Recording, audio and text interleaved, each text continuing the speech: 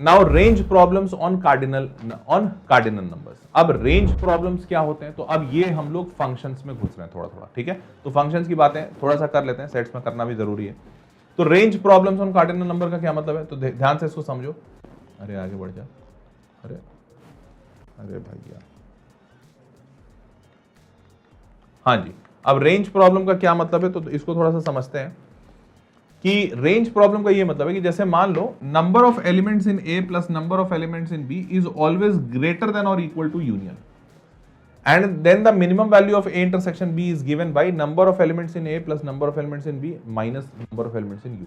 अब इसका मतलब क्या हुआ, तो इसका मतलब मैं तुमको ऐसे समझाता हूं कि जैसे मान लो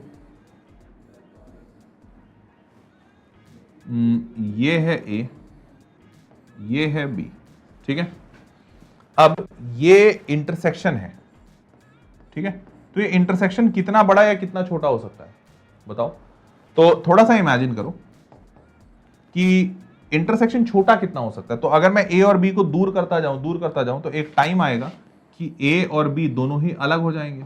तो उस केस में number of elements in A intersection B कितना बचेगा, 0, क्योंकि भैया दूर कर दिया तो ये कॉमन एरिया कम होता जाएगा। अब तो ये मिनिमम वैल्यू क्या आ गई उसकी, 0। मैक्सिमम वैल्यू क्या हो सकती है, तो मैक्सिमम वैल्यू ये हो सकती है कि मैं दोनों को पास लाता जाऊं, फिर ए और बी में से कोई एक छोटा होगा, या तो बराबर हुए तो दोनों एक दूसरे के ऊपर सुपर इंपोज कर जाएंगे।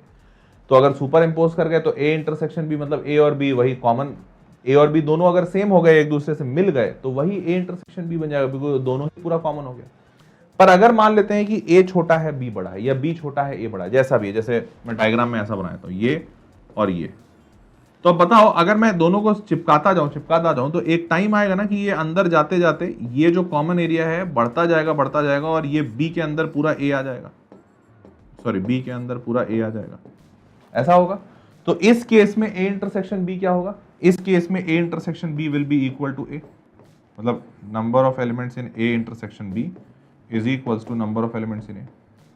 मतलब इंटरसेक्शन की जो वैल्यू है वो हमेशा कांस्टेंट नहीं रहती, मतलब कांस्टेंट तो ऐसे रहती है अगर डायग्राम ऐसे बना दिया मैंने, फिक्स्ड बना दिया, पर अगर इसको कम ज्यादा करें तो कम से कम तो 0 हो जाएगी, और ज्यादा से ज्यादा जो छोटा वाला सेट है उसके वैल्यू के बराबर। ए और बी अगर कोई दो सेट दिए हुए हैं तो इसमें जो छोटा वाला सेट है उस सेट के वैल्यू के बराबर ज्यादा से ज्यादा हो सकती है, मैक्सिमम उतनी हो सकती है, उससे ज्यादा नहीं हो सकती, ठीक है।